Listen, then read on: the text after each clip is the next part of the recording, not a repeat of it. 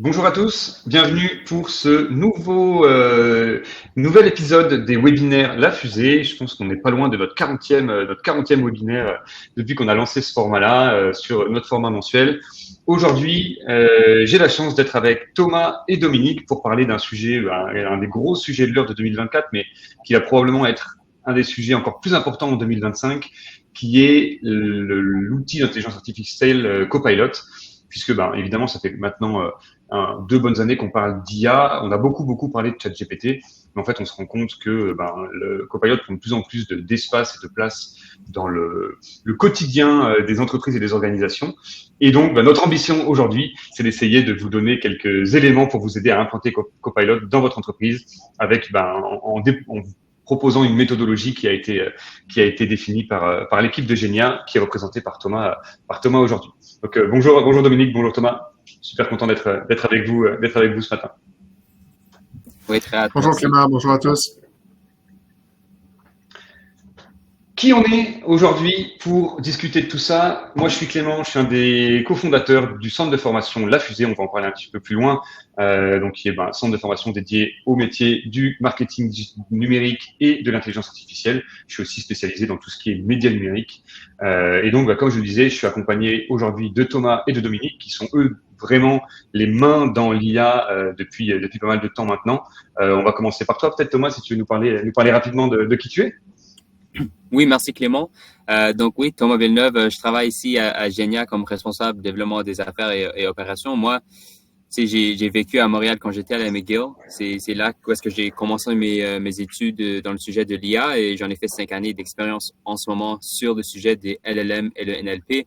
Donc, c'est même avant le rise de ChatGPT et Copilot, j'en faisais des recherches et des opérations dedans. Donc, très excité d'être ici aujourd'hui pour vous en parler de les changements de l'IA au fur et à mesure des années et aussi les changements dans les business qui arrivent en ce moment avec l'IA. Voilà, peut-être Dominique, Génial. Et puis ouais, tu baignes là-dedans depuis un petit moment. Et puis on est encore plus chanceux puisque Dominique a accepté de venir avec nous aujourd'hui. Et vous êtes, en fait, vous travaillez ensemble comme partenaire sur l'intégration de l'IA dans ton entreprise, Dominique, c'est ça? Exactement, donc Dominique Gariepi, directeur des ressources humaines chez Cellcom Communication. Donc, juste sans entrer trop en détail de l'entreprise Cellcom Communication, on est un revendeur de produits Bell et Virgin et on a des boutiques un peu partout au Québec et en Ontario. Thomas m'a demandé de participer sur l'appel à titre de client ou partenaire. On a commencé à faire affaire avec Genia il y a quelques mois déjà pour implanter là, des meilleures pratiques, puis vraiment l'utilisation de l'IA au sein de l'entreprise pour améliorer notre efficacité et efficience, évidemment. Là. Donc, on pourra en parler un petit peu plus longuement au cours de l'atelier d'aujourd'hui. C'est sûr. Et puis c'est exactement ça qu'on va faire. Et puis comme je dis, c'est top aujourd'hui de t'avoir avec nous parce que ça va rendre les choses beaucoup plus concrètes. Et vous, chez vous, derrière votre écran, j'espère que ça va aussi vous permettre d'avoir quelque chose d'un petit peu plus palpable, puisque parfois c'est vrai qu'il y a un petit peu de flou, de côté nébuleux sur l'IA, qu'est-ce qu'on peut faire, qu'est-ce qu'on peut pas faire. Là, on va vraiment voir des applications dans la vraie vie pour Cellcom. Donc rapidement, sur nos compagnies respectives, la fusée, si vous êtes des habitués, vous nous connaissez, on est un centre de formation, on donne des formations en marketing numérique et en IA, ChatGPT, Midjourney, Copilot, etc. On est agréé par la Commission des partenaires du marché du travail, on donne des formations de groupe, des formations privées, des conférences, et puis, globalement, on accompagne toutes les organisations dans leur montée en compétences sur ces sujets. On fait partie d'un groupe qui s'appelle Intégral. Et dans ce groupe-là, il y a 5 compagnies. Donc, il y a nous-mêmes, la fusée dont je viens de parler. Il y a Osmose, Frank et Digital qui sont dans d'autres univers du web. Et il y a Genia, qui est représenté aujourd'hui par Thomas. Et donc, vous, Genia, votre mission dans la vie, c'est d'accompagner les compagnies dans leur intégration ou implantation de l'IA dans leur processus final. Ouais, exactement. Donc, tu sais, l'IA maintenant, c'est quelque chose qui est très intéressant, mais comme tu as dit, c'est un peu flou des fois. Donc, nous, à Genia, on aide les entreprises à trouver, tu sais, c'est quelle pratique est-ce qu'on devrait nous prendre en main quand on parle de l'IA, c'est quel outil qu'on devrait utiliser, c'est quoi la stratégie pour l'implanter dans le business et à fur et à mesure aussi, est-ce qu'il y a du développement du côté IA qu'on peut faire pour vraiment propulser le business et c'est faire des additions dans du côté productivité dans nos processus. Donc, c'est vraiment un accompagnement stratégique et à tous les jours, tout en côté productivité et en IA. Super. Et donc, tu as commencé à en parler tout à l'heure, Dominique. Toi, chez Cellcom, votre mission, c'est l'univers des télécommunications, donc la distribution de systèmes de télécommunications, c'est ça? Exactement. Donc, principalement, on a plusieurs commerces de détail qui revendent des produits de télécommunications, donc que ce soit des services résidentiels ou des services de mobilité. On a évidemment beaucoup une clientèle affaires également. Donc, par exemple, dans nos clients, on aurait L'Oréal, que beaucoup de gens vont connaître. Au Canada, il y a aussi l'entreprise Dollarama. Donc, on a plusieurs clients comme ça avec qui on fait affaire. Pardon. Et notre entreprise est en pleine croissance. Donc, l'IA faisait beaucoup de sens pour nous là, d'embarquer, comme on dit, à plein pouvoir parce que on anticipe vraiment une croissance. Il faut qu'on diversifie nos opérations.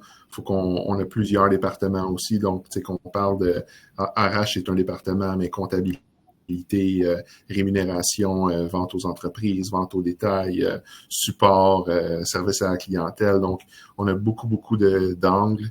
Puis la main-d'œuvre est également un enjeu chez nous. Donc, l'intelligence artificielle est incontournable dans notre industrie.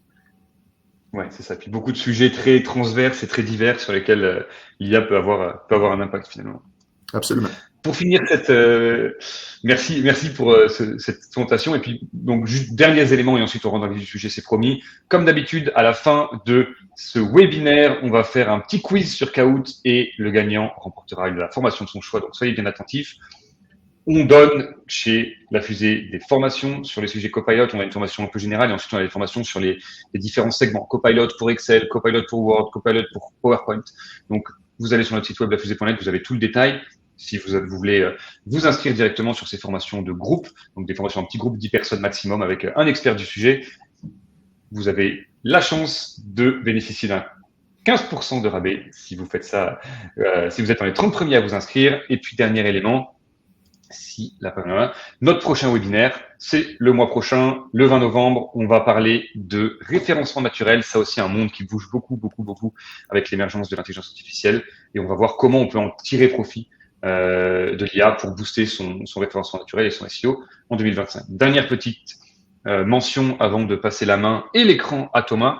Vous êtes quand même très nombreux aujourd'hui avec nous. Il y a le chat qui est actif à droite. Ce que je vous propose, c'est évidemment, on est super content de vous avoir avec nous, donc n'hésitez pas à réagir dans le chat, etc. Si vous avez des questions précises, vous avez un onglet questions en bas à droite de votre écran.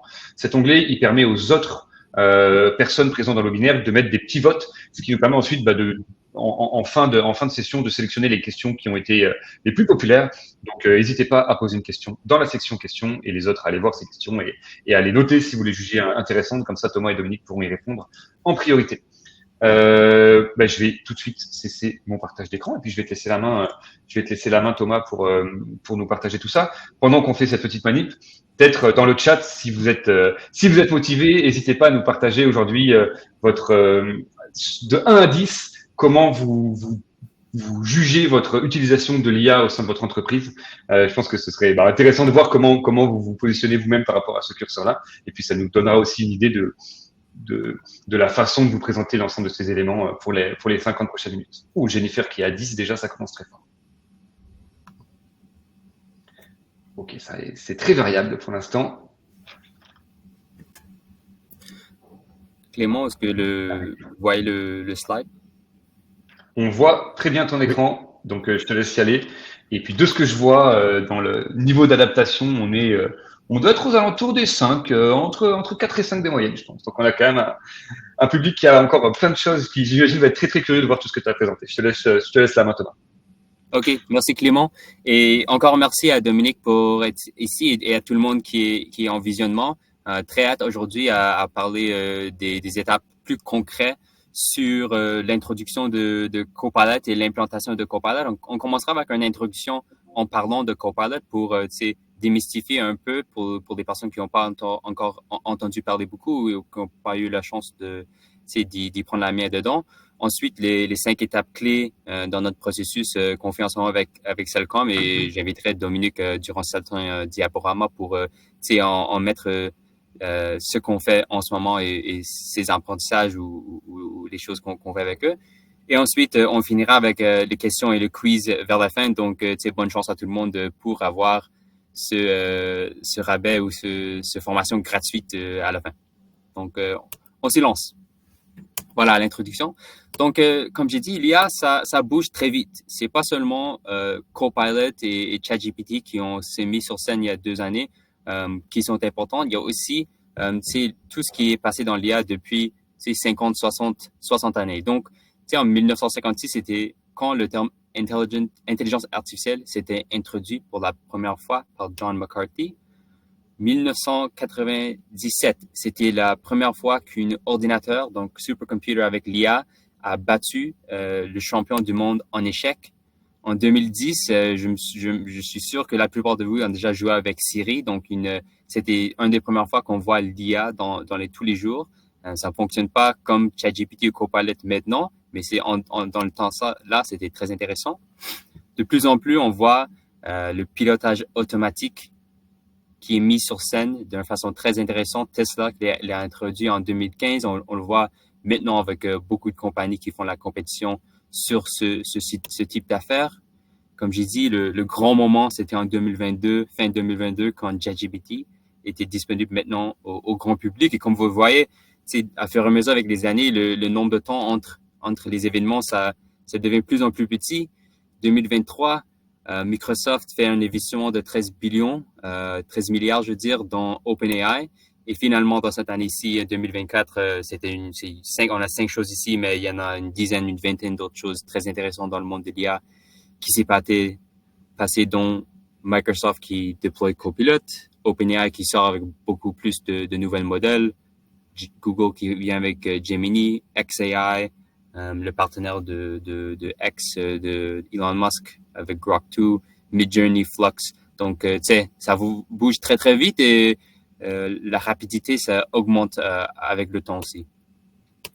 Donc, ici à Genia et avec la fusée aussi, on aime parler des 4 étapes d'adoption de l'IA. On trouve ça très intéressant et très important à savoir au sein de vos business. 90% du marché se trouve encore entre déni et découverte. Donc, à le tout début du processus, on voit un peur et une curiosité envers l'IA. On a un intérêt, mais on commence seulement peut-être avec des expérimentations. Et en termes de budget et de formation, c'est des choses on parle de ça ou on commence juste maintenant avec ça. C'est pas quelque chose qu'on a une très, très grande stratégie. On voit ça comme une parcours que tous les business ici au Québec et au monde entier aura besoin à faire. Et à fur et à mesure avec le temps, ils avanceront de 1 à 2 vers 3 et 4, donc vers exploration et transformation. Ça, c'est lorsque, en exploration, ils seront une culture plus IA premier ou AI first, parce qu'ils ont des rôles attribués, du budget dédié, des process stratégiques envers l'IA. Et ça prend du temps. C'est pas quelque chose de facile à faire, mais c'est quelque chose qui vient avec beaucoup de gains possibles. Et à fur et à mesure que ça s'arrive, il y a des business qui sont vers transformation. Et ça, c'est plutôt des compagnies de technologie comme les Google, comme les OpenAI qui sont là. Mais on voit quand même des business au Québec qui se retrouvent là-bas assez rapidement. Par exemple, notre partenaire sœur, Agence Digitale, elles vendent déjà maintenant des outils IA qu'ils ont développés à l'interne. Donc, c'est quelque chose qui est possible pour toute entreprise s'il se met le premier pied. Mais alors, on a parlé de l'IA, mais c'est quoi Copilot? Vraiment, c'est quoi? Donc, c'est une assistante IA qui s'insère dans la suite d'outils Microsoft pour vous faire gagner du temps. Vraiment. C'est ça en première partie. Et on voit Microsoft a beaucoup de produits. Quand on parle de Copilot, aujourd'hui, on parlera de celui dans Microsoft 365, donc dans le suite Office, avec Teams, Word, Excel, PowerPoint, et ainsi de suite, OneNote, Microsoft 365 Chat. Donc ça, c'est la plupart des personnes qui utilisent Copilot aujourd'hui. Ce sont les applications qu'on peut retrouver Copilot. Aujourd'hui, on aura un plus grand focus sur Microsoft 365 Chat, donc Copilot, qui est accès gratuitement. On parlera aussi un peu sur les applications, mais il y a beaucoup de choses très intéressantes qui est encore possible avec cet outil-là. Parlons des choses qu'on peut trouver ou les gains possibles avec cet outil. Cela, c'est une sondage qui a été fait par Microsoft sur les utilisateurs de Copilot et les gains qu'ils ont vus. Donc, ils ont vu que 70% des personnes qui utilisent Copilot déclarent qu'ils sont plus productifs. 85% disent que ça leur aide à rédiger leur premier brouillon plus rapidement. Donc, aller de 0 à 90%, je pense que Copilot, c'est une très, très bonne outil pour ça. 75% disent qu'ils gagnent du temps avec tout ce qu'il y a dans les fichiers. Et très, très important, c'est 4 fois plus rapidement on peut se rattraper dans une réunion manquée. Donc, ça, c'est plutôt le côté Teams qu'on utilise Microsoft Copilot pour augmenter la productivité. Mais ces statistiques, c'est très marquant, elles sont très, très impressionnants. Mais on va vous en parler aujourd'hui à fur et à mesure comment est-ce qu'on se retrouve, comment est-ce qu'on va aller chercher cette augmentation de productivité avec des étapes concrètes. Donc, finalement, tu sais, beaucoup de personnes utilisent ChatGPT aujourd'hui ou Claude, beaucoup d'outils. Pourquoi est-ce qu'on utilise Copilot? Je pense que la première réponse, la réponse la plus importante, souvent, c'est soit, comme j'ai dit, le fait que Copilot est accessible dans les applications qu'on utilise à tous les jours, donc Word, PowerPoint, Teams et tout. La deuxième raison qui est très importante, c'est le fait que Copilot, ça vient de la même place que ces outils. La sécurisation est très forte et elle s'implante exactement dans les serveurs et tout ce qui existe pour vous en ce moment. Donc, la sécurisation de Microsoft Copilot, c'est très proche à celui de Outlook et toutes ces autres applications, OneDrive et ainsi de suite. Donc, c'est quelque chose qu'on peut faire confiance avec nos données sensibles et importantes à l'interne. Voilà. Donc, ça, c'était une courte introduction. Maintenant, on passera aux étapes plus concrètes, donc les 5 étapes clés. Je vais passer la parole à Dominique bientôt. Ne sois pas trop... n'ayez pas de souci que ça va être seulement moi qui parle tout au long. Mais je voulais rapidement faire l'introduction. Et ici, je vais parler rapidement de toutes les phases qu'on va voir ici. Donc, jusqu'à présent, on a identifié 5 piliers clés pour une implantation réussite. Voilà. 1, planifier. 2, impliquer. 3, supporter. Mesurer et ensuite développer. On va vous parler en détail de chaque partie du processus.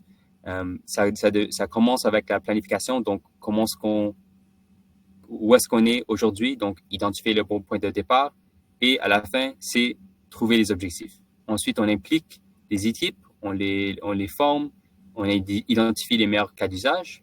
Lorsqu'on a impliqué les équipes, on essaie de les supporter. Donc, on les a déjà lancés, les outils. Maintenant, on les supporte, on les donne accès au coaching et on promouvoit qu'ils gagnent de plus en plus d'apprentissage sur ces outils.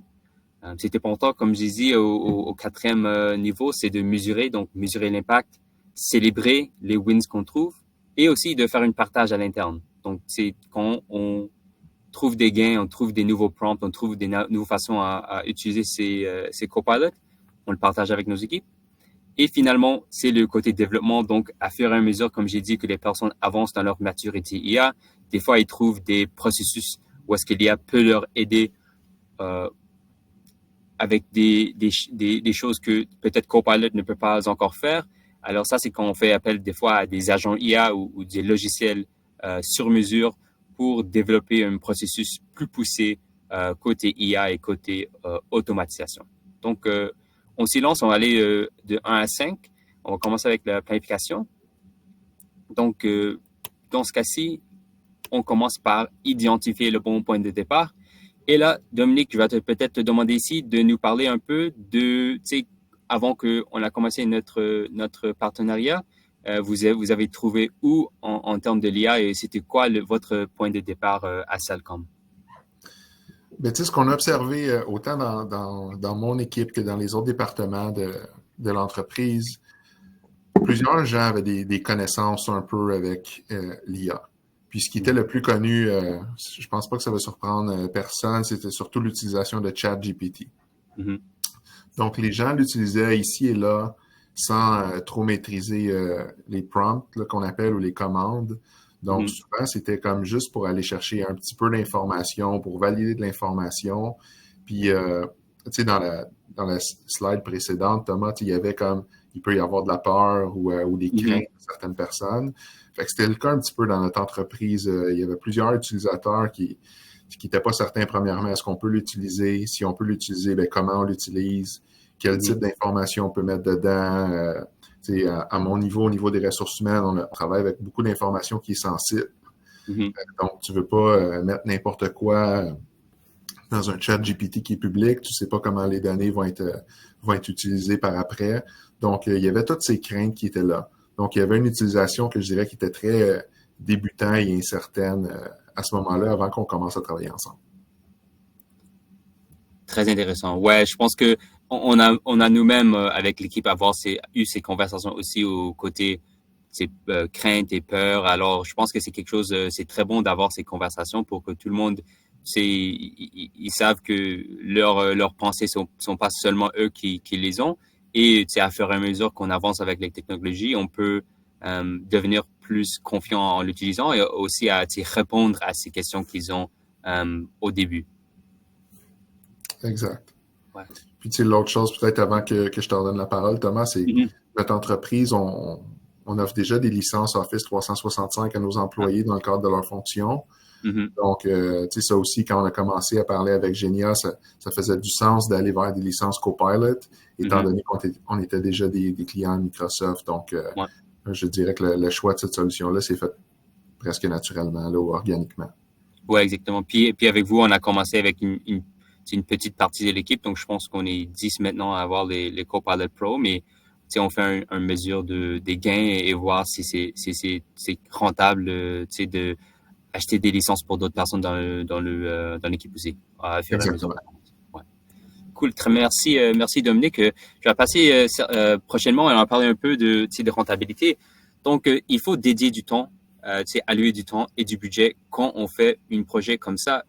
Comme Dominique a dit, on a avancé avec des licences Copilot Pro. C'est quelque chose qui est pas, c'est pas extrêmement cher, mais c'est pas rien non plus. C'est $500 par année qui doit être mise sur avoir une licence Copilot Pro. Il a seulement l'option maintenant de faire un paiement annuel pour ces choses. Donc, si vous savez pas comment l'utiliser d'une bonne façon ou vous ne savez même pas comment l'utiliser, des fois, un investissement comme ça ne donnerait pas le ROI attendu. Donc, c'est pourquoi qu'on a besoin de mettre du temps pour changer nos habitudes, pour apprendre à utiliser l'outil et tout. Donc, ça, c'était une partie importante au début, c'est de planifier les ressources pour s'y mettre dedans. Ensuite, c'était de créer des règles et principes. Quelque chose d'important dans les secteurs de IT ou les domaines de IT, c'est ce sujet de Shadow IT ou Shadow TE. Ce que ça veut dire, c'est qu'il y a des personnes à l'interne qui utilisent toutes sortes d'outils différents.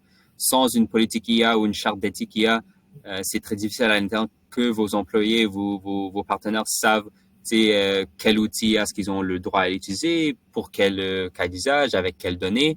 Et si vous ne faisiez pas ça, quelque chose qui est très connu à l'interne de l'entreprise, il risque d'avoir des informations, des données qui sont mises sur des outils IA qui ne sont pas assez sécurisés pour les données qu'on y met. Et la réalité, c'est que l'IA, ça donne une productivité importante sur beaucoup de tâches. Et si ne vous donnez pas une politique, une charte, des principes à l'interne pour que les personnes sachent où et quand ils peuvent utiliser l'IA, ils vont l'utiliser de n'importe quelle façon. C'est aussi une problématique lorsque les personnes ils disent à tout le monde on peut pas l'utiliser une IA pour n'importe quelle raison. C'est comme banni à l'interne. Souvent, c'est notre temps où est-ce qu'on trouve qu'il y a beaucoup de shadow TI, des données, des outils qui sont utilisés sans la permission à l'interne. Donc, c'est très important d'être transparent et d'avoir des idées concrètes sur ces sujets au début. Ensuite, quand on débute, c'est très important d'avoir une vision et de favoriser le meilleur adhésion tout au long du processus. Donc, créer des objectifs et on utilise le modèle SMART, S-M-A-R-T, pour dire spécifique, mesurable, ambitieux, mais atteignable surtout, réaliste et temporel. Donc, c'est quoi l'objectif d'y mettre avec l'IA? Qu'est-ce qu'on s'attend et comment est-ce qu'on mesure? Parce que sinon, on n'a pas des objectifs clairs, on n'aura pas la chance de réviser et voir si on a fait un beau boulot. Alors, avec Cellcom, qu'on est passé ici, ce qu'on avait vu après un sondage, c'était qu'on passait beaucoup de temps sur des tâches de collaboration. Et si on visait à réduire le temps mis sur les tâches de collaboration, on aura une chance d'avoir un gain assez important. C'est 32 heures par mois de plus qu'on peut passer de tâches de collaboration vers des tâches de métier. Très rapidement, une tâche de collaboration, c'est peut-être quelque chose plutôt comme écrire un courriel, envoyer des messages instantanés, avoir des rendez-vous, écrire des notes de rendez-vous, les choses comme ça.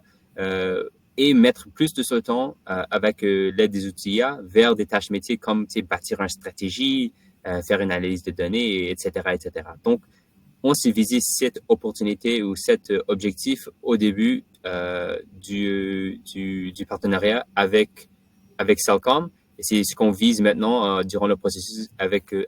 Donc, c'est viser une tâche concrète, c'est un objectif concret, c'est très important au début du processus de planification.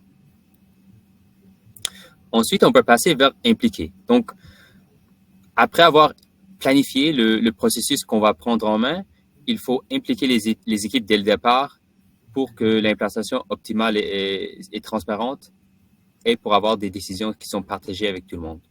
Donc, quand on parle d'assurer les équipes, c'est une partage des objectifs visés et c'est mettre une importance sur la transition.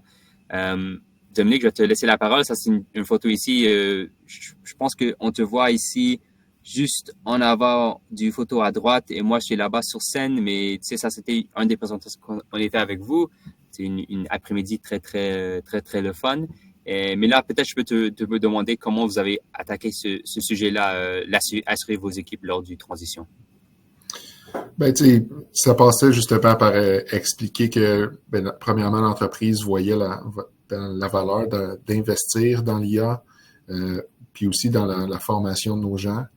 Donc, vers les outils IA qui sont disponibles, d'encourager les essais-erreurs, de regarder c'est quoi les cas d'espèce qu'on pourrait améliorer, qui nous permettraient d'améliorer l'efficacité, puis justement d'abattre les craintes auxquelles je faisais référence un petit peu plus tôt. Donc, tu sais, la petite quote qu'on a mis ici, tu sais, juste pour la vulgariser un petit peu, c'est que la façon que nous, on voit l'IA, c'est que c'est comme l'Internet dans les années 90. Tu sais, il y a des gens, les entreprises étaient craintives au début, qu'est-ce qu'on va mettre là-dessus? Les gens communiquaient différemment, c'était beaucoup plus de téléphone, du courriel, du courrier papier. L'Internet a pris sa place dans les entreprises, puis c'était comme inévitable de faire le changement. Puis nous, on voit ça, l'IA, c'est pareil. Là, c'est comme, ce serait inconcevable aujourd'hui qu'une entreprise dise moi, je veux opérer sans Internet ou sans électricité. Mais ça va être la même chose. Opérer sans l'IA, ça va être impossible dans le futur. Déjà, depuis les derniers mois, depuis qu'on a travaillé avec Genia, on voit que les choses puis les outils évoluent à une vitesse plus rapide même que ce qu'on est capable d'intégrer comme pratique. Donc, ça se perfectionne toujours. D'où l'importance de s'y attarder maintenant si on veut se démarquer de nos compétiteurs. Oui, 100%, c'est très, très bien dit. Dominique, est-ce que je peux te demander peut-être rapidement sur ce sujet-là? Je pense que des fois, il y a des personnes qui pensent des fois, l'IA va me remplacer. Comme directeur RH qui est très bien partie de l'équipe qui travaille avec l'IA maintenant, qu'est-ce que vous pensez ou comment est-ce que vous parlez à les personnes qui ont ce crainte-là? Ben nous, on voit pas l'IA comme une menace qui va remplacer les gens. Depuis, là, surtout en RH, depuis plusieurs années, on nous parle de la pyramide de population qui est inversée. On a de la difficulté à avoir la main-d'œuvre. On parle de plus en plus de façons d'automatiser les processus, de simplifier les processus, de faire plus avec moins de ressources. Donc, l'IA est le parfait outil pour faire ça. Donc, ça ne parle pas d'avoir moins de gens ou de remplacer les gens parce qu'à la fin de la journée, plus tu l'utilises, plus tu remarques que ça prend quand même une paire de yeux humains là, qui passent en arrière pour capter l'information. C'est pas vrai qu'elle est comme parfaite après quelques prompts, même si tu es un champion des prompts. Il y a toujours un ou deux petits tweaks ou une ou deux petites corrections que tu veux faire. Donc, mais ça permet de gagner beaucoup et beaucoup d'efficacité. T'sais, on peut faire en quelques minutes des choses qui pouvaient prendre plusieurs heures, comme rédiger une lettre pour un employé, vérifier une clause de contrat ou reformuler de la documentation, faire une traduction d'un manuel d'employé de Québec à Ontario. Donc, c'est sûr qu'on pourrait penser, bon, il y avait déjà Google Translate dans le temps, mais pour avoir utilisé les deux outils, on ne parle pas du tout du même type de solution, puis on ne parle pas non plus de la même efficacité, là. Donc, moi, je ne vois pas que ça va remplacer des gens. Je pense plutôt que ça va rendre les gens beaucoup plus efficaces. Puis ça va leur permettre de livrer des bons résultats plus rapidement. Les périodes d'intégration dans les postes et tout risquent de se faire beaucoup plus rapidement. Les gens vont devenir beaucoup plus autodidactes. Donc, tu peux presque te perfectionner puis te former en utilisant l'IA sur certaines choses que peut-être tu ne maîtrises pas à 100% maintenant. Donc, je veux pas dire comme les solutions puis le potentiel est infini, là, mais plus tu utilises les outils, plus tu travailles dedans, mais plus tu vois la valeur dans le fond. Ouais, très bien dit, Dominique. Merci beaucoup. Comment je le dirais peut-être même très très rapidement, c'est les personnes qui utilisent l'IA vont remplacer ceux qui n'utilisent pas. Donc c'est vraiment à ton avantage de le prendre en main parce que les personnes qui ne le prendront pas en main, ils vont pas être compétitifs dans le marché dans le futur. Et j'ai vraiment aimé ton aperçu sur le côté pyramide à l'inverse quand on parle de l'âge, parce que c'est une problématique réelle qui existe ici au Canada puis tout au long du monde. Et comme tu dis, l'IA peut être une solution importante quand on parle des personnes qui prennent les retraites et qu'on doit faire plus avec moins de ressources à l'interne. Donc, ouais, très bien dit. Cool, alors je vais lancer ici. La deuxième partie de impliquer, c'est bien s'assurer de se former sur les outils. Donc, faire une introduction à l'IA, approfondir ses connaissances. Ça peut être aussi facile que des ressources en ligne. Ça peut être quelqu'un à l'interne qui a une très bonne apprentissage sur les outils, il vulgarise ceci et fait des entraînements à l'interne. Ça peut être un compagnie comme La Fusée qui vous aide à faire une formation privée, mais vraiment, c'est important d'avoir la base ici sur les outils IA, comment les utiliser, parce que il y a des gains très rapides à aller chercher, mais apprendre à utiliser ces outils, c'est pas 100% simple pour tout le monde. Une autre chose qu'on avait faite au début du projet, c'était une sondage. Donc, une sondage est assez détaillé, mais seulement 10-15 minutes sur l'équipe pour qu'on puisse avoir des données importantes sur ce que les personnes font dans leur tous les jours, dont comment on a trouvé ce nombre, ce chiffre, où est-ce que les personnes passaient beaucoup de temps sur leur tâche de collaboration. C'est ici sur le sondage qu'on a trouvé ça. On a demandé des cas d'usage à l'interne. On a demandé, voici, est-ce que vous trouvez l'IA comme une opportunité ou une menace? Comme Dominique a dit, la plupart des personnes dans Cellcom, c'était plutôt une opportunité que c'est quelque chose de très important. Donc, c'est important ici avoir ces conversations. Une sondage, c'est une très belle façon de faire ça et de le quantifier, de représenter ces informations à tout le monde pour qu'ils sachent où est-ce qu'on se trouve par rapport à l'IA, comment sont les sentiments à l'interne envers l'IA, mais c'est d'inclure les personnes et leurs opinions dans la prise de décision dès le début. Finalement, avec ce sondage, on a aussi fait quelque chose de très important quant à l'IA, c'était identifier les meilleurs cas d'usage. On veut trouver un ROI avec l'IA, on veut se mettre le premier pied, mais on veut prendre le parcours où est-ce qu'on va aller trouver les low-hanging fruit au plus vite possible. Donc, pour ça, avec le sondage, ce qu'on a fait, c'est qu'on a utilisé un score Opportunity IA pour trouver les meilleurs cas d'usage dont on fait la formation avec Cellcom. Donc, les critères qu'on a regardés, c'est le temps passé sur la tâche, le degré de pertinence des outils IA et l'importance pour l'équipe pour décider quels sont les cas d'usage qu'on devrait prioriser. Avec ça, on a rempli toutes les tâches qu'on avait avec une évaluation dont on a donné des notes et priorisé les cas d'usage comme ça et créé un plan d'action pour aller et valider ça avec les équipes pour ensuite aller chercher les gains de productivité en ordre de priorisation par rapport à l'importance ou les gains possibles avec chacun des cas d'usage qu'on a trouvés. Donc, je pense que très rapidement, je vais aller vous parler un peu d'une petite démonstration. Dis-moi s'il y a une erreur ici ou s'il y a des problématiques. Je vais aller trouver Copilot j'allais dans mes courriels en premier lieu. Est-ce qu'il y a des problématiques? Est-ce que vous voyez quand même?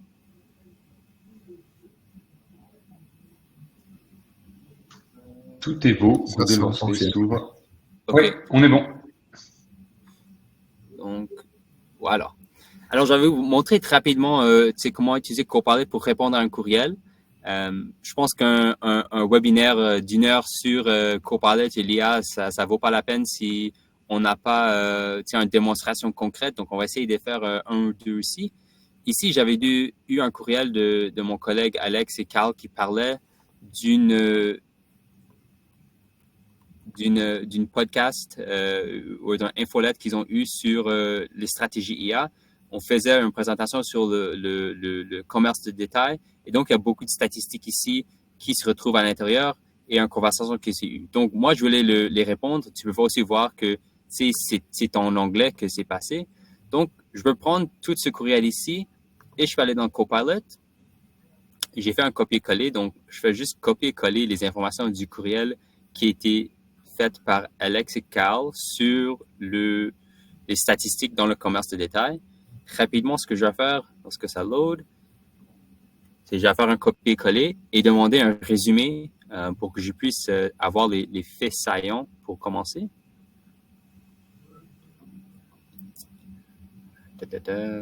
Désolé pour le retard ici.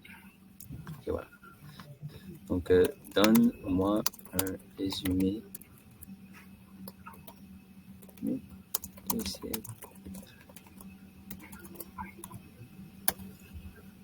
Alors, je fais juste un copier-coller et ça me donne les informations très rapidement. Donc, ça dit, voici, courriel ici, que ça partage des statistiques intéressantes sur le secteur de vente au détail, réunion avec Cellcom. Donc, ça, c'est ce qu'on se préparait sur. Souligne le secteur de vente au détail. C'est un courriel qui est venu après ça. Ensuite, les réponses de Carl qui félicite l'excellent travail et Alex qui propose de réutiliser certaines informations pour le rapport. Donc, de mon côté, moi, je vais répondre à Alex et Carl, mais je vais le faire en anglais. Donc, ce que je peux demander à Copilot, c'est « Peux-tu me rédiger un courriel en anglais pour répondre à Alex et Carl et proposer un rendez-vous pour discuter des statistiques le 30 octobre. » De plus, inclure dans le courriel un ou deux statistiques du rapport qui sont intéressantes. Alors, comme j'ai fait, j'ai demandé un résumé du courriel. J'ai eu le résumé qui est venu ici à propos de ce qui a été dit par Alex et Carl lors du courriel. Et pour moi, je vais juste demander pour que Copilot m'écrit un courriel en anglais qui fait appel à les informations qui étaient données à Copilot par rapport au courriel.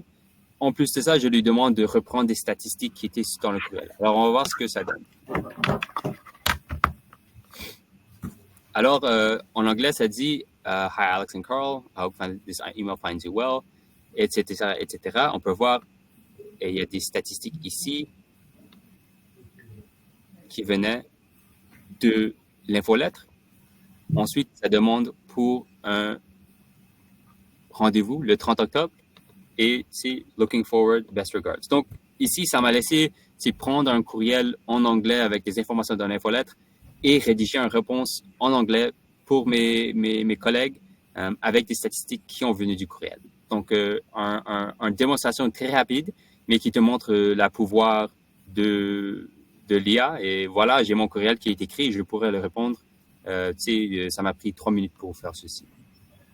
Donc, avec cette démonstration rapide, ça te montre comment, comme les courriels sont une très bonne cas d'usage, comment Copilot peut vous aider à aller beaucoup plus vite dans ces tâches de collaboration. OK. Ensuite, on parle de supporter. Donc, une implantation réussite nécessite un soutien et des ressources adéquates. Donc, c'est pas quelque chose qui se fait sans stratégie ou sans support. Il faut travailler avec vos équipes pour que l'implantation soit réussie. Donc, donner accès au coaching. Lui, c'est important de donner accès au coaching pour que les personnes savent exactement où trouver les où trouver les applications Copilot dans les outils. Comme PowerPoint, Word, Excel, tu peux voir que Copilot, c'est en haut à la droite. Dans Outlook, c'est dans le typing. Il y a des raccourcis clavier. Donc, il y a beaucoup d'informations sur comment utiliser l'outil qu'on doit vulgariser un peu pour les utilisateurs pour qu'ils sachent où les trouver et comment les utiliser. Et ensuite, c'était beaucoup sur le prompt. Comme Dominique a dit plus tôt, qu'on rentrait en travail avec Cellcom, il y avait beaucoup de personnes qui s'est déjà pris en main Copilot, mais il y avait beaucoup d'apprentissage, je pense, à faire sur le côté prompting. Donc, il y a des étapes à suivre pour faire un prompt très bon. Et le parti le plus important, souvent, c'est établir le contexte. Donc, donner le contexte du business, du tâche à l'outil lorsque vous faites vos prompts. Voilà, c'est un exemple d'un mode noob qui est arrivé lors du création de prompt. Ensuite, lorsqu'on a vulgarisé un peu les concepts, c'est important de promouvoir des champions de l'IA. Donc, moi, je dirais peut-être que Dominique est un des champions qu'on a à Cellcom qui a une très bonne connaissance sur l'IA et qui essaie de trouver de nouvelles façons à utiliser. Mais dans vos entreprises, c'est très important de trouver, d'avoir ces champions pour qu'ils puissent non seulement prendre en main ses gains avec l'IA, mais aussi de partager ses apprentissages dans le business et toujours aller plus loin. Comme les outils IA et ce qu'on peut faire avec l'IA, ça change à tous les jours. Les champions peuvent aller retrouver ces gains qui sont seulement garantis à tous les jours nouvelles lorsque les outils ont des nouveaux fonctionnalités. Et ça aide vraiment à garantir un changement profond et durable avec le temps lorsqu'on a des champions l'IA à l'interne. Finalement, des ressources en ligne ici, c'est très important. Ici, il y en a une dizaine, une vingtaine qui existent. C'est une façon très rapide de mettre en main, d'apprendre plus sur les sujets de l'IA. Et un outil de partage est très important aussi. On pense maintenant à l'interne, et on dit ça souvent, que les prompts qu'on crée à l'interne de l'entreprise sont très importantes à conserver, à partager. Donc, avoir quelque part à l'interne un groupe Teams, un Notion, n'importe quoi, où est-ce que les personnes peuvent partager les prompts qu'ils ont appris à utiliser ou qu'ils ont construits. Ça peut vraiment aider à réduire le temps d'un processus de une trentaine de minutes à une quinzaine de minutes. Et si ça s'est partagé, il y a des gains réels qui peuvent se trouver dans le business. Donc, c'est maintenant un pays qui est important à partager et à conserver dans le business. OK. Rapidement, on va se parler de mesurer. Donc, il faut mesurer, mais aussi communiquer la progression pour renforcer la confiance et augmenter l'adhésion à notre stratégie. Donc, il y a deux façons dont on trouve les plus importantes et faciles pour trouver l'impact et le ROI du Microsoft Copilot. Donc, la première, comme j'ai montré plus tôt, c'était faire des sondages, donc sonder les équipes pour trouver où est-ce qu'on est maintenant et où est-ce qu'on se retrouve il y a six semaines après. Et le deuxième, c'est utiliser des dashboards comme celui-ci de Microsoft 365 qui montrent l'adoption de l'outil à l'interne. Donc, il y a plusieurs façons de mesurer le ROI, mais ça doit se trouver contre l'objectif. Donc, est-ce qu'on gagne du temps? Est-ce qu'on trouve ces 32 heures, comme on parlait plus tôt, avec le sondage et en parlant avec les équipes? Et ensuite, il y a des façons plus côté digital qu'on peut le mesurer aussi.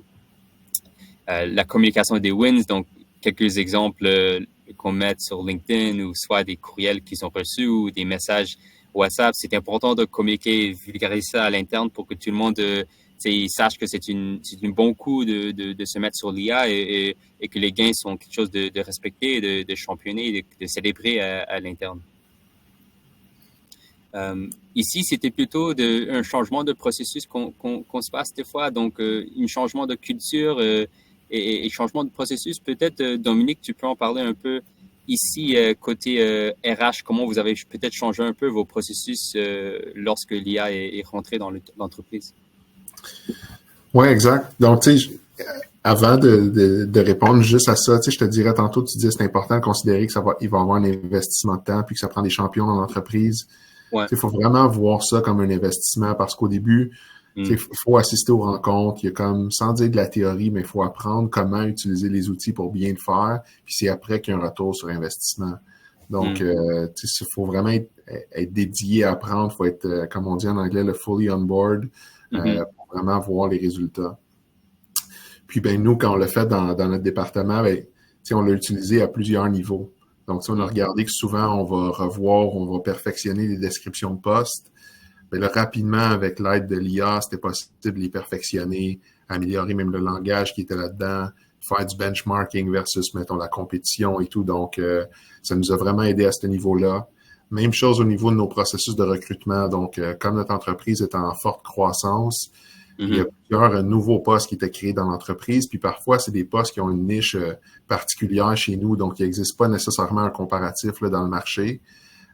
Donc, souvent, ce qu'on allait faire, encore une fois, on utilisait l'IA comme si c'était une troisième personne assise autour de la table avec nous dans l'équipe. Donc, on échangeait les idées avec l'IA. L'IA proposait quelque chose. Donc, ça nous aidait à arriver à un meilleur résultat ou à un résultat plus proche que ce qu'on cherchait ou à ce qu'on avait en tête beaucoup plus rapidement que ce qu'on faisait normalement dans le passé. Même chose pour revoir nos grilles d'évaluation, nos grilles de recrutement, valider si les indicateurs qu'on mesurait étaient les bons. Est-ce qu'encore une fois, le benchmarking était bon par rapport à ce qui est disponible dans le marché.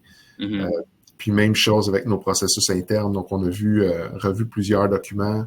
On a fait la refonte de nos manuels d'employés et tout qui existait déjà. Mais on l'a utilisé pour lui donner un petit peu plus de vie. Je sais pas comment l'expliquer, là, mais parce que c'est des prompts que tu peux demander. Tu peux mettre un manuel de l'employé dans l'IA puis lui dire est-ce que tu peux me le reformater, mais avec un style un petit peu plus dynamique et jeune ou selon c'est quoi le marché cible. Donc, on a vraiment fait plusieurs tests à ce niveau-là, puis ça a donné des bons résultats. Même pour des images, donc je sais qu'on n'en a pas parlé aujourd'hui, mais de plus en plus, l'IA le permet la génération d'images génériques, je vais le dire comme ça. Donc, même à ce niveau-là, on l'a utilisé. Donc, nous, on a vraiment, on l'a appliqué à plein d'endroits, si on veut, là. Ouais, c'était exceptionnel. Je pense que vous avez vraiment pris en main et commencé de zéro, dire voici tous nos processus. Est-ce qu'on peut l'améliorer de l'IA et de vraiment le regarder et vraiment de prendre l'avance. Donc, ouais, c'est très impressionnant, je pense. Et je pense que ça donne un peu d'aperçu à les personnes qui écoutent aujourd'hui, le détail qu'on peut vraiment aller chercher avec l'IA et les gains qui peuvent être retrouvés. Et Thomas, si tu me permets, je vais pas répondre à une question que j'ai vue tantôt dans le chat, mais je vais quand même semi-répondre en même temps. Je ne sais pas si la présentation d'aujourd'hui était rédigée avec l'IA, mais je sais que c'est possible de générer un PowerPoint, une présentation avec l'IA, et c'est quelque chose qu'on a appris dans nos ateliers avec Genia. Ouais. Donc, moi-même, j'avais dû faire une présentation de structure qui était comme dans un format plus Word ou format texte. C'était comme un concept qui, avec l'aide des gens chez Genia, on a généré en dedans de 10 minutes un PowerPoint d'à peu près une 50aine de pages qui était comme assez proche d'un produit final, je dirais. Donc, il y avait juste besoin encore une fois, là, un regard humain en arrière pour aller perfectionner certaines choses. Mais qui était comme, juste ça aurait sauvé comme facilement un 8 à 10 heures là, de travail de quelqu'un qui maîtrise son dossier. Donc, c'est assez impressionnant quand on commence à l'utiliser. Là, comme je disais tantôt, j'ai l'impression de me répéter, mais plus tu l'utilises, plus tu essaies des nouvelles choses, plus tu remarques la valeur puis tous les gains de temps que tu peux faire. 100%. Et en qualité aussi, parce que la qualité est rehaussée également. Là, donc, c'est autant la qualité que les gains de temps. Oui, 100%. Il y a toujours des gains à aller chercher, puis c'est aller les chercher, c'est trouver comment l'utiliser et c'est être curieux pour trouver comment le faire. Donc, ouais, merci beaucoup. Ici, on avait une démonstration à faire sur la traduction de documents dans Word. C'est quelque chose que vous pouvez faire. Je vous demande peut-être à la maison plus tard, si vous avez Copilot Pro, tu peux prendre un document, 5-10 pages en anglais, demander de le traduire en français. Vous allez voir que ça fonctionne très, très bien. C'est important de partager, de présenter ces cas d'usage à l'interne.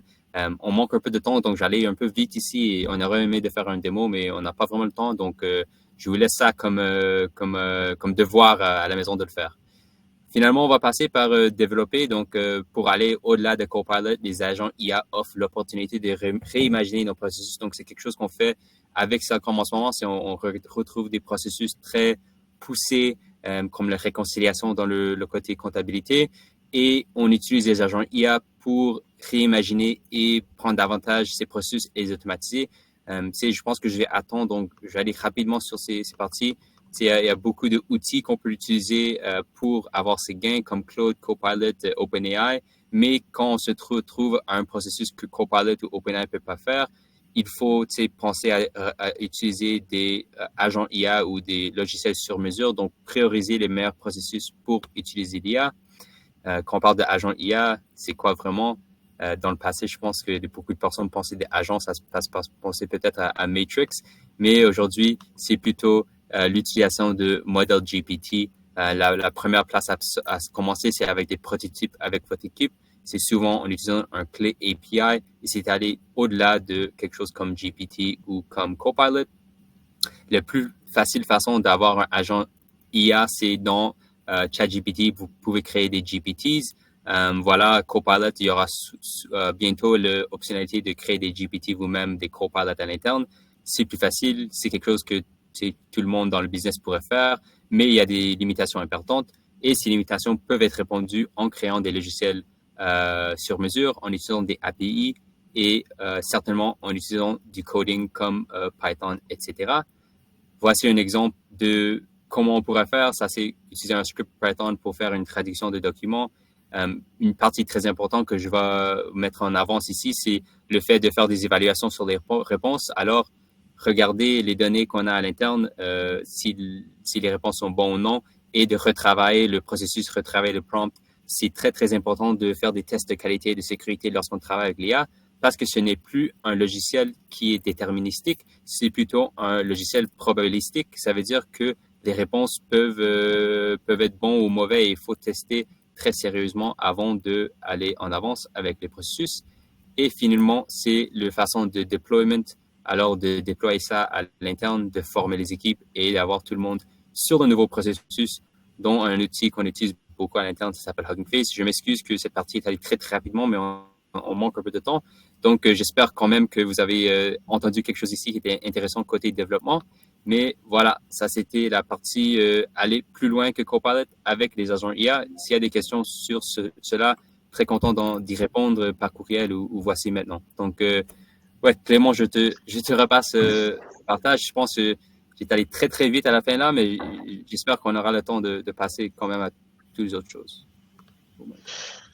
Merci beaucoup Thomas, merci Dominique. Tu as effectivement grosse accélération dans le débit sur la fin, merci d'avoir accéléré, mais je pense que tu as eu raison en fait, parce qu'il nous reste peu de temps et il y a quand même beaucoup de questions, notamment Isabelle qui avait beaucoup de questions pour vous. Donc ce que je vous propose, c'est qu'on embarque tout de suite là-dessus. La première question, et c'est celle qui a été la plus plébiscitée par la foule, c'est cette question d'Isabelle qui demande comment vos entreprises ont-ils mitigé aux enjeux de renseignement personnel et données confidentielles? C'est vrai que c'est un point qui revient souvent. Copilot a accès à tous et intégré dans SharePoint. Peut-être, Dominique, je peux commencer, puis tu peux ajouter s'il y a quelque chose à ajouter. De mon côté, comme je comprends à l'interne avec SharePoint, Copilot va respecter les règles que vous avez à l'interne dans SharePoint. Donc, si moi j'ai accès à un document et Dominique n'a pas accès, Copilot ne va pas donner Dominique accès à ces informations. Je vais seulement avoir accès à ça.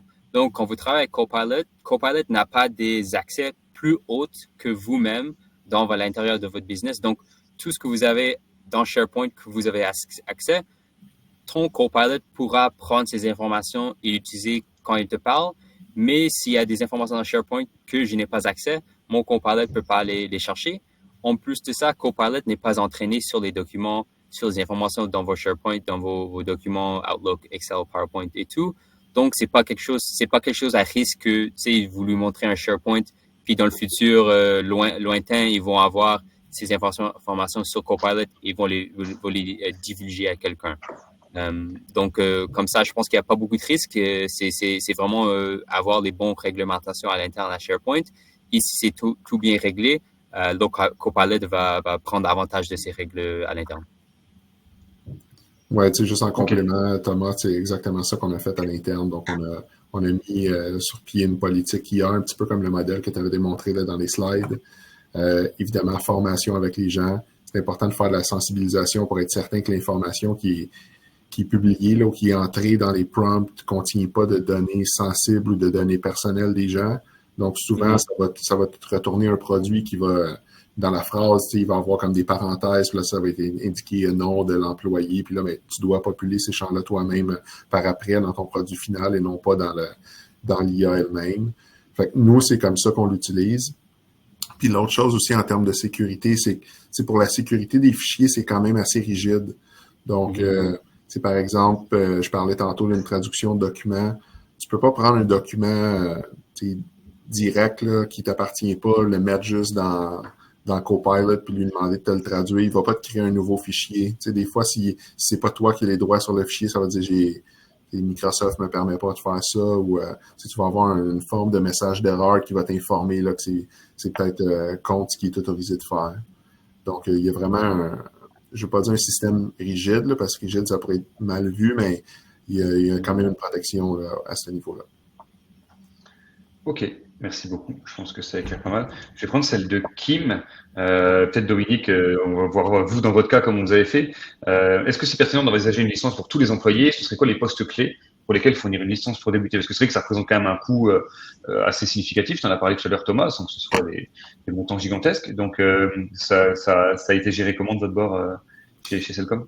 Ben, nous, de notre côté, premièrement, je vous dirais, il faut que la haute direction y croit. C'est toujours la même chose là, quand on parle d'investissement, parce que au-delà du coût de la licence, ça va demander du temps dans des rencontres d'apprentissage, de la collaboration, après ça, par exemple, des one-on-one avec les gens chez Genia.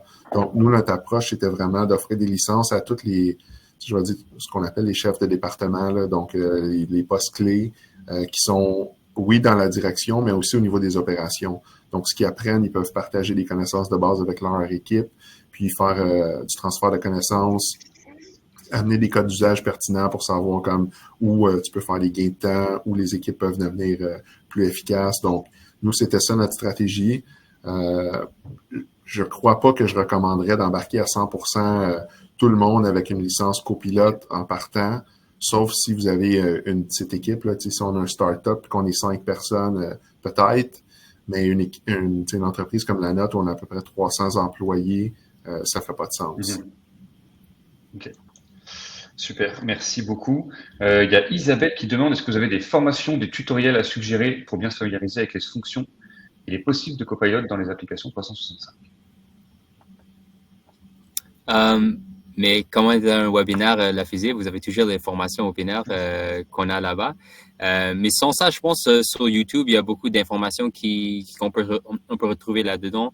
Donc, pour moi, c'est plutôt d'aller faire un cherche sur YouTube et trouver quelque chose qui a de l'allure.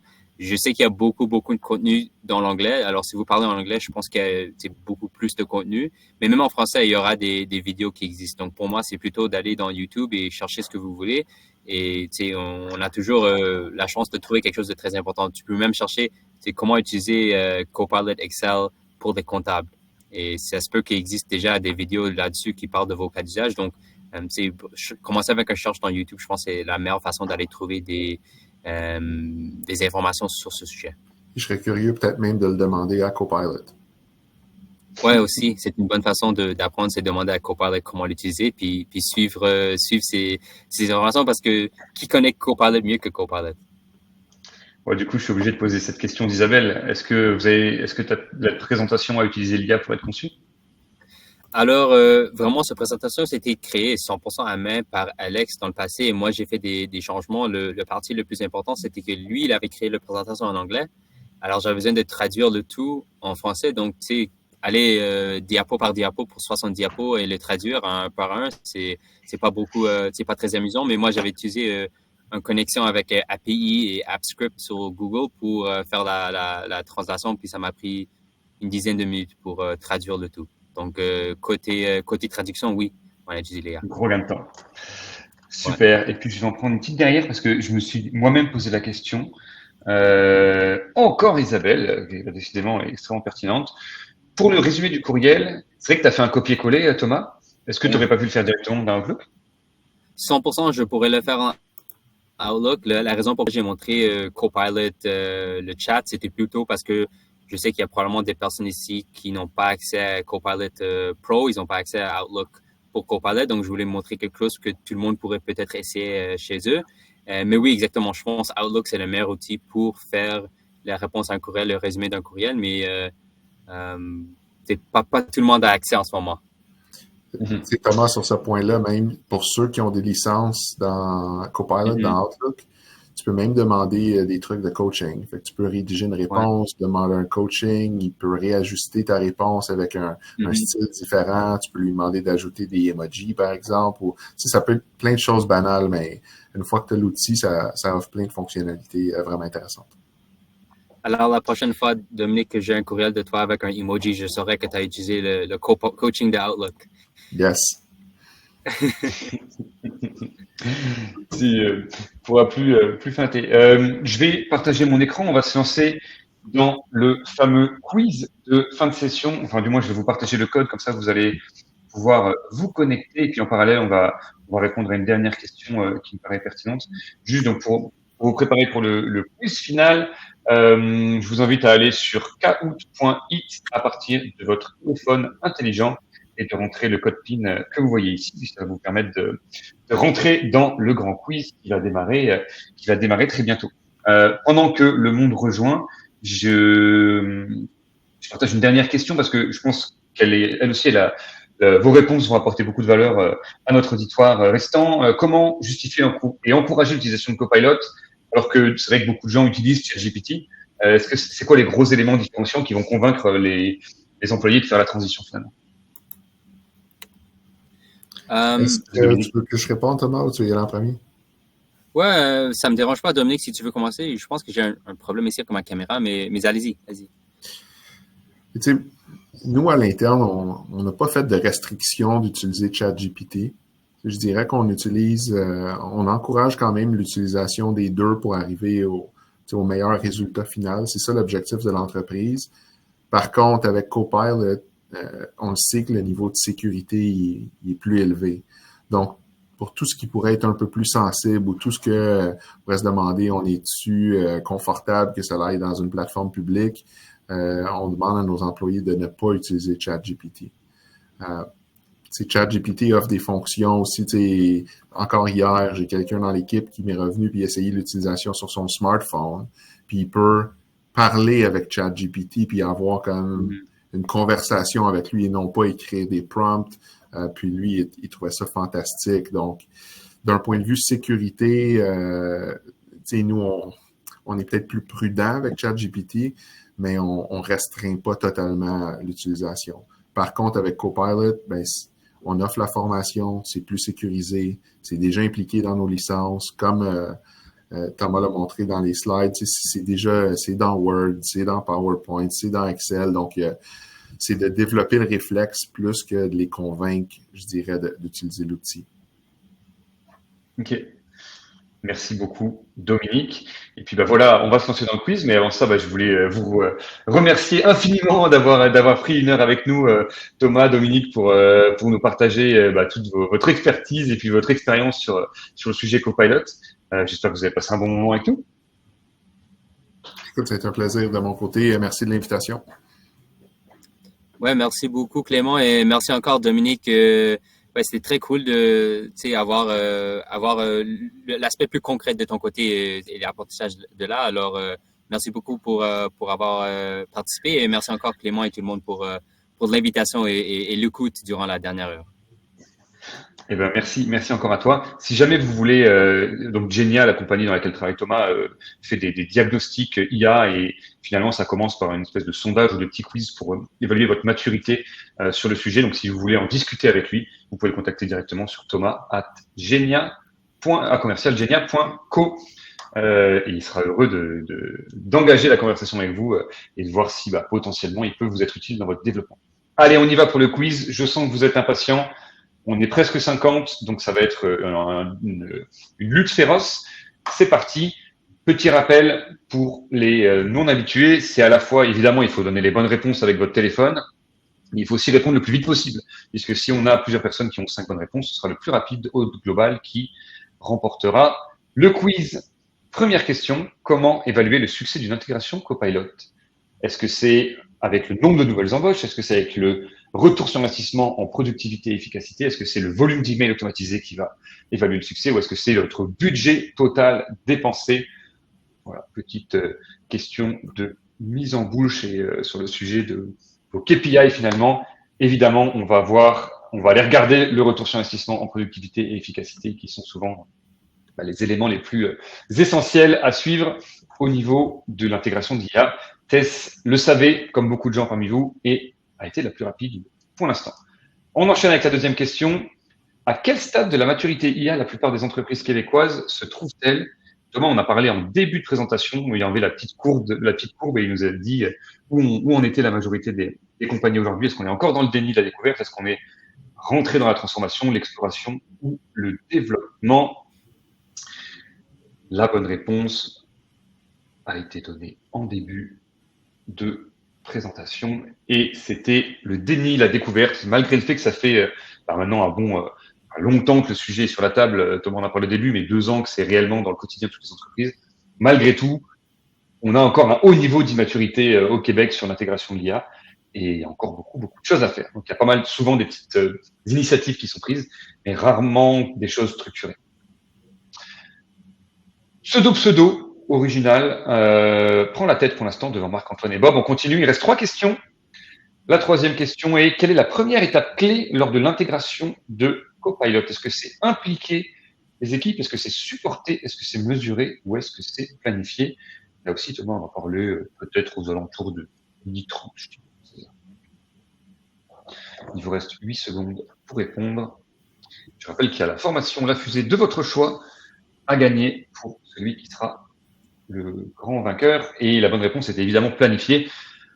C'est vraiment des sujets sur lesquels se lancer comme une poule sans tête est souvent peu productif ou va ramener des gains marginaux, mais pas dans le temps ou amener à des abandons progressifs, etc. Donc l'étape de planification est vraiment cruciale.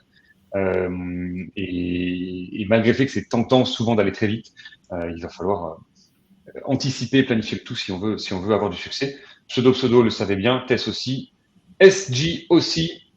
On va voir s'il continue sur la lancée pour la 4e question. Quelle stratégie recommander avant de déployer Copilot à grande échelle? Est-ce que c'est former tout le monde simultanément? Est-ce que c'est tester avec une équipe pilote? Est-ce que c'est déployer tout de suite dans tous les départements? Ou est-ce que c'est ignorer la formation initiale? On va voir ce que vous en pensez. Mais finalement, on en a un petit peu parlé, et puis Dominique nous a un peu partagé son expérience aussi par rapport à ça. Généralement, ce qu'on va encourager, c'est d'abord de tester avec une équipe pilote, voir la capacité d'adoption, voir les bons coups et les coups plus compliqués, et ensuite, une fois qu'on a rectifié tous les sujets, de pouvoir le déployer de façon un petit peu plus large. On garde pas le même podium puisque Ricky monte dessus, mais Pseudo est toujours devant avec seulement 10 points d'avance avant la dernière question. Soyez vifs sur la gâchette pour la question numéro 5. Quel est l'avantage clé de l'intégration de Microsoft Copilot? On répond vite. Est-ce que c'est améliorer la productivité des tâches répétitives, réduire les coûts de gestion des emails, automatiser complètement les décisions stratégiques ou de créer de nouveaux départements AI dans votre entreprise? Pour une question 5, normalement, ça devrait plutôt être bien géré de votre côté. 34 bonnes réponses, améliorer la productivité et les tâches répétitives. C'est aujourd'hui l'enjeu numéro 1 pour laquelle des compagnies comme celle de Dominique basculent sur des systèmes de ce type. On va voir au niveau du podium ce que ça donne. Bravo Vichy pour une belle 3e place. Pascal qui monte sur le podium à la surprise générale en 2e position. Et notre grand vainqueur aujourd'hui, c'est Pseudo qui aura fait la course en tête jusqu'au bout. Donc bravo à toi. Tu peux nous contacter directement Mathilde, donc à mathilde@commerciallafusée.ca pour récupérer ton gain et puis choisir la formation qui te plaira. Bon, voilà qui conclut ce petit cette heure et 9 minutes passées ensemble. Encore une fois, merci beaucoup Thomas et Dominique d'avoir passé du temps avec nous. N'hésitez pas, si vous voulez plus d'infos, à contacter Génia sur l'aspect accompagnement et puis sur l'aspect formation, comme je le disais. On a des formations Copilot chez La Fusée qui sont plus orientées pour je dirais, vous introduire sur le sujet, vous donner des conseils d'experts, etc. C'est en petit groupe, donc c'est quand même assez personnalisé malgré tout. Et ça peut être une bonne façon aussi de mettre le pied à l'étrier, de faire un petit peu le tri dans votre esprit sur comment vous y prendre pour ensuite déterminer si vous voulez vous lancer seul ou accompagné par des experts du sujet. Merci beaucoup Dominique, merci beaucoup Thomas, et puis on se revoit le mois prochain pour le prochain. Merci à tous. Bon après-midi. Merci. Au revoir. Au revoir.